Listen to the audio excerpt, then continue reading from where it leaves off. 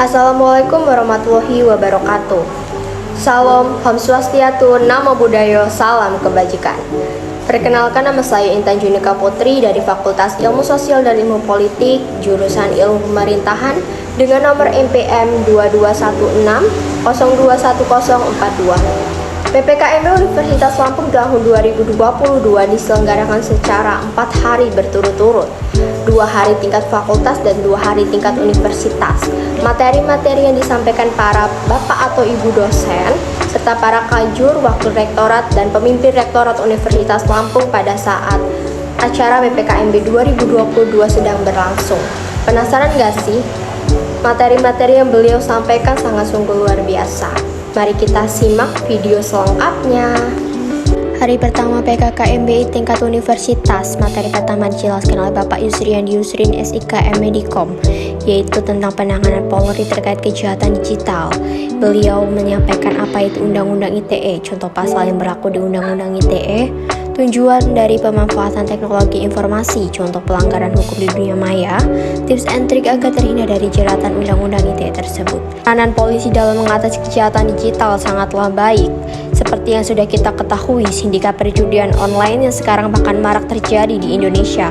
Banyak anak muda yang terjerumus di dalamnya, tidak hanya di kota tetapi sudah sampai di perdesaan.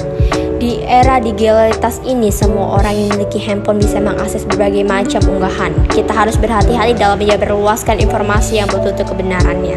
Selanjutnya ada contoh pelanggaran hukum di dunia maya. Yang pertama itu pornografi, pelanggaran hak cipta, penipuan online, pencemaran nama baik, penipuan kartu kredit, illegal akses, dan judi online. Selanjutnya materi kedua yang dibawakan oleh Dr. Sustia Herawati, STMSI. Pengembangan karakter mahasiswa sebagai intelektual dan anti kekerasan atau anti perundungan.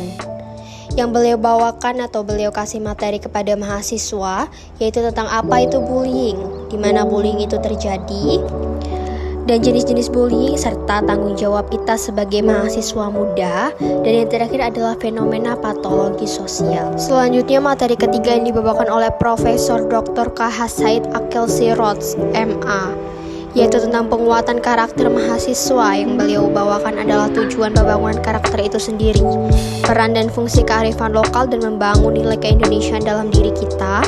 Dan yang ketiga adalah mengajak kita, mahasiswa Unila, selalu tetap melestarikan dan menjaga kebudayaan bangsa Indonesia. Selanjutnya materi pada hari kedua yang dibawakan oleh Wakil Rektor Bidang Akademik tentang Merdeka Belajar Kampus Merdeka. Beliau menerangkan visi Indonesia 2045, 4 pilar pendukung visi tersebut, tantangan di dalamnya, 6 indikator profil pelajar Pancasila, tujuan Merdeka Belajar, dan yang terakhir adalah hak mahasiswa.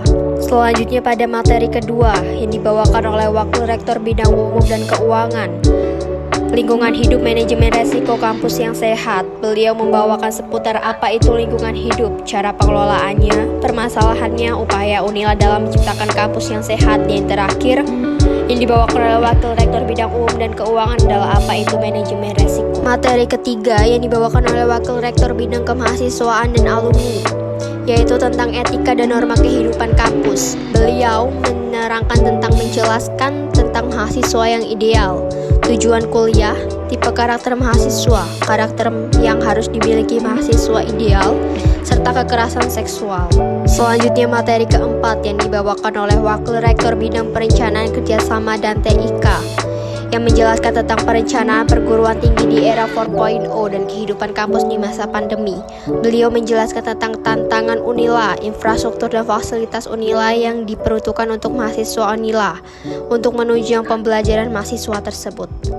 Dan yang terakhir ditutup dengan berbagai pengenalan UKM yang ada di Unila. Dietary materi pertama, pembelajaran di perguruan tinggi di era 4.0 dan plagiarisme. Yang dibahas adalah penegasan pemateri tentang pendekatan di tingkat mahasiswa, penjelasan tentang sistem hybrid dan harapan untuk para mahasiswa. Materi kedua menjelaskan tentang sistem perkuliahan dan pembimbingan akademik. Yang dibahas adalah pembahasan bidang akademik, pembahasan garis besar tentang lembaga, program kemahasiswaan dan pembelajaran. Yang ketiga adalah penjelasan tentang penyelenggaraan pendidikan satuan kredit semester atau SKS dan kartu kerancangan studi KRS. Dan yang terakhir adalah beban dan masa studi mahasiswa S1.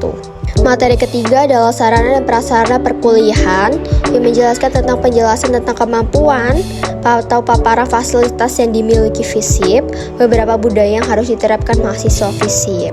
Materi keempat adalah hak dan kewajiban mahasiswa yang membahas tentang hak-hak mahasiswa seperti pelayanan akademik, pelayanan fasilitas, dan penjelasan tentang konsep merdeka belajar. Dan yang terakhir adalah pada hari keempat, perkenalan ormawa FISIP, makan snack bersama, serta bermain games. Sekian dari saya, terima kasih, bye.